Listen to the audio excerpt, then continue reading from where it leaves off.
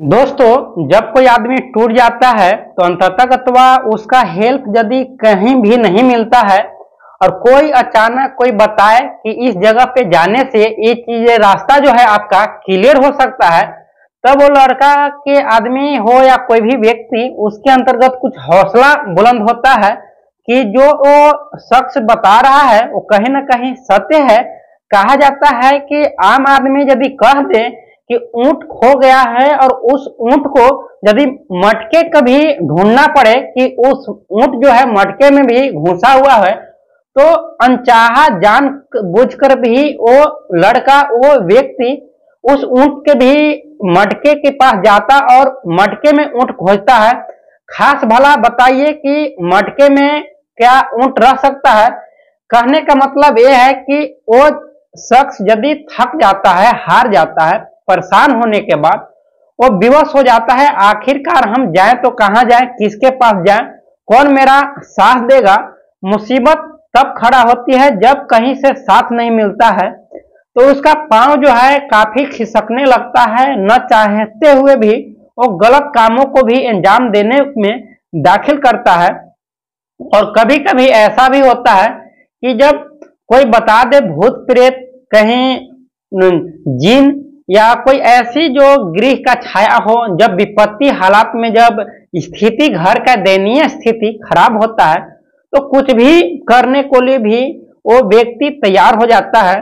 दरअसल एक महिला के साथ एक ऐसी शोषण, एक पंडित के बोले या फिर उसको बाबा बोले, तंत्र मंत्र के विद्या में इस महिला को जकड़ लेते हैं और जकड़ने के बाद ऐसी हवानियत करते हैं कि जो महिला है, महिला अंततः टूट जाती है। और टूटने के बाद जब प्रशासन के बीच में पूरी रिकॉर्ड जब अपना दर्ज करती है तो आसपास के तमाम प्रशासन और वहां के ग्रामीण लोगों ने सोचने पर भी दोस्तों मजबूर हो जाते हैं कि आखिरकार एक महिला ने के साथ, इस महिला के साथ ऐसी एक बाबा जो है इसका दरिंदगी कैसे कर सकता है।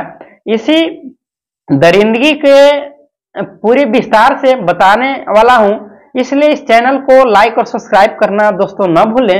एक कहानी जो है, एक कहानी महाराष्ट्र का ही है। नमस्कार, आदाब, सत श्री अकाल, मेरा नाम रामजी राज। दरअसल एक घटना जो है महाराष्ट्र का है और महाराष्ट्र में ही एक जगह पड़ता है, उस जगह को थाने के नाम से जाना जाता है। और उसी थाने के अंतर्गत एक रोड पड़ता है, मीरा रोड, और उसी मीरा रोड के बगल में एक शांति नगर एक इलाका है। और उसी इलाके के अंतर्गत एक फैमिली जो है अच्छी तरीके से जीवन व्यतीत कर रहा था। काफी उनके खुशहालियों का रौनक जो है काफी अच्छी तरीके से चल रहा था। तभी धीरे धीरे दिन गुजरता है और दिन गुजरने के बाद उसके घर में एक लड़की रहती है। लड़की के बीच में एक ऐसी एक जाल में जकड़ जाती है। एक बाबा ने तंत्र विद्या को सिखाकर ये लड़की टूटती है। टूटने के बाद जब प्रशासन के बीच में रिकॉर्ड दर्ज करती है तो लोग भी परेशान हो जाते हैं। दरअसल ये क्या हुआ था, पूरी कहानी का मसला ये है कि जो तंत्र विद्या का जो पंडित था, जिसको नाम से जानते हैं संतोष पोदार, उर्फ इसको विनोद के नाम से जानते हैं। और ये जो है ये महिला ने टूटती है और ये इधर उधर भटकती है कि हमारे घर में कैसा भूचाल आया हुआ है, कि हमारा घर का जो दशा है, दिशा है, वो गलत रास्ते पर चल रहा है, कैसे सुधरेगा। क्योंकि हमारा एक लड़का भी है, हमारा घर के फैमिली जो है दिन प्रतिदिन जो है गलत रास्ते में चला जा रहा है। यानी हमारे घर का जो विस्तार है वो विस्तार हो नहीं रहा है, क्या करें।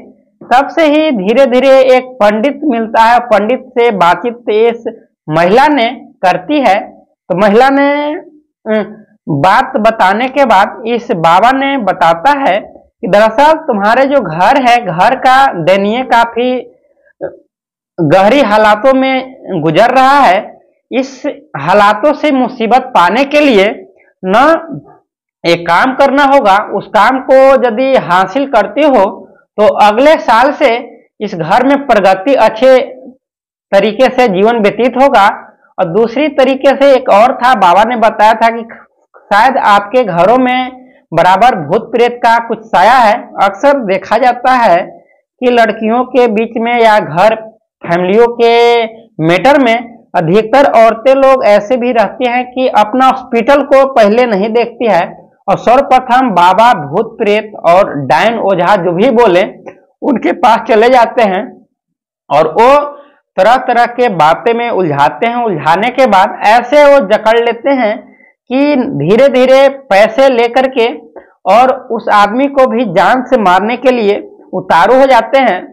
दरअसल ये जो बाबा थे, बाबा ने इस महिला को बताते हैं कि जो घर में है, घर में जो क्लेश जो हो रहा है, एक क्लेश ऐसे ही नहीं बल्कि घर में कुछ भूत प्रेत है और इस भूत प्रेत को ही लेकर के इस घर में ऐसे जो घर का विकास नहीं हो रहा है। तब से ही विनोद ने बताते हैं कि ठीक है, इसका सॉल्यूशन जल्दी ही कर दिया जाएगा। दोस्तों, जैसे ही होता है, इस विनोद ने बताते हैं कि तंत्र को कुछ टाइम निकाला जाएगा, उस टाइम पे आकर के इसमें कुछ पूजा पाठ अर्चना करना होगा। इसके बाद जो भी घर का समस्या है, समस्या पूरी तरीके से दूर हो जाएगा। जैसे ये पंडित ने बताता है कि अमावस्या का दिन काफी शुभ माना जाता है, अमावस्या के दिन ही पूजा पाठ जो संपन्न होगा। इस महिला ने जाते हैं दोबारा अमावस्या के दिन पंडित के पास और पंडित को बुलाती है और बुलाने के बाद पूजा पाठ होने के लिए अर्चना होती है। पंडित ने कुछ पैसे भी ठगते हैं, लेकिन फिलहाल में बताए थे कि मैंने पैसे नहीं मांगूंगा, लेकिन कुछ पूजे करने में कुछ जड़ी बूटी, कुछ अपना प्रसाद और कुछ ऐसे तंत्र के कुछ माध्यम होते हैं, उनमें कुछ पैसे जो है खर्च हो जाएंगे। तब से ही इस महिला ने मार्केट जाती है और सारे जो प्रावधान है लेकर के आती है और पूजा पाठ होता है। जैसी होने के बाद ये जो भी है बताते हैं कि ये जो शख्स है जो उसके सवार पे भूत सवार हुआ है, उसका जो पहले ही पत्नी डेट कर गई थी और इस पत्नी को ही चाहत है, जिस वजह से तुम्हारे ही शरीर पर साया है, इस साया को उतारने के लिए इसे एक महिला को जरूरत है। जैसे ही ये पंडित ने बताता है, पंडित सुनने के बाद और ये महिला जब सुनती है तो हैरान हो जाती है कि आखिरकार ये पंडित जो है, पंडित दोस्तों बता क्या रहे हैं। जो बताते हैं कि ये साया जो पंडित के माध्यम से जो मैंने चेक किया तो एक महिला की जरूरत है, तो ये जो साया है किसी भी गांव में किसी लड़के पर भी उतार दूं या किसी आप चाहे तो मेरे ऊपर भी हो जाए। बताते हैं कि कोई बात नहीं, ऐसे यदि है तो आप नहीं ऊपर जो भी साया है ले लीजिए।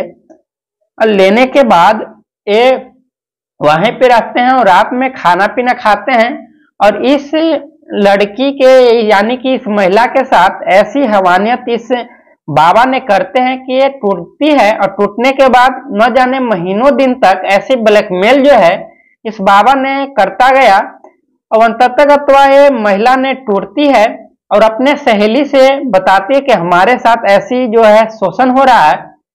तब से ही ये सहेली ने बताते है इसको बाबा को विरोध करो कि ऐसी दरिंदगी न हो। जैसी ये महिला ने जाती है और इस बात से इनकार जैसी करती है तो ये बाबा ने बताते हैं कि मैंने कुछ वीडियो भी बना लिया हूं और यदि ऐसी हमारे साथ ब्लैकमेल मैं नहीं कर रहा हूं बल्कि जो हरकतें हैं ऐसी फिजिकल रिलेशन के जो दौर जो चल रहा है इसी को चलते न दीजिए।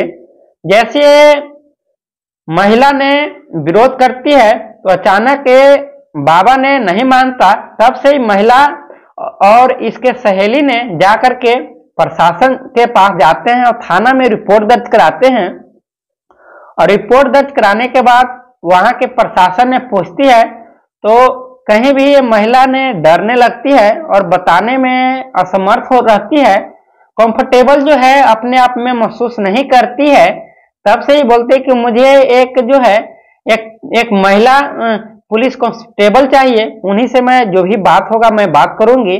महिला पुलिस आती है और इस महिला से पूछताछ करती है तो जो महाराष्ट्र की जो जगह है शांति नगर में जाती है और इस महिला पुलिस से पूछताछ करती है। और महिला पुलिस को जैसी बताती है, बताने के बाद पुलिस ने भी हैरान हो जाती है कि आखिरकार ये महिला बोल क्या रही है। ये जाकर के महिला पुलिस ने अपना थाना में इस महिला को भी ले जाती है और रिपोर्ट दर्ज कराती है। रिपोर्ट दर्ज कराने के बाद इस पे जो विनोद को धारा 376 लगा करके जेल भेज दिया है। और बताया जाता है कि ऐसे इस बाबा ने अपने तंत्र विद्या को लेकर के कितने लोगों को, कितने लड़कियों को ब्लैकमेल किया और ऐसे जो है एक गलत रास्ते में लेकर फंसाने का काम किया है। तो जब से ही ये सूचना प्रशासन के ऊपर जाहिर होता है तो प्रशासन ने फिलहाल अभी 302, 307 और 376 धारा लगा करके इस जो विनोद को अपने कस्टडी में लिया है और जेल का हवाले किया है। और दोस्तों, आप लोग का क्या राय है कि इस संतोष पोद्दार उर्फ जो विनोद है, इसने जो दरिंदगी किया है, इसके साथ क्या सजा होने वाला है और क्या सजा हो सकता है, आप लोगों ने कमेंट बॉक्स में जरूर बताइएगा। और इस वीडियो को जहां तक हो शेयर कीजिएगा।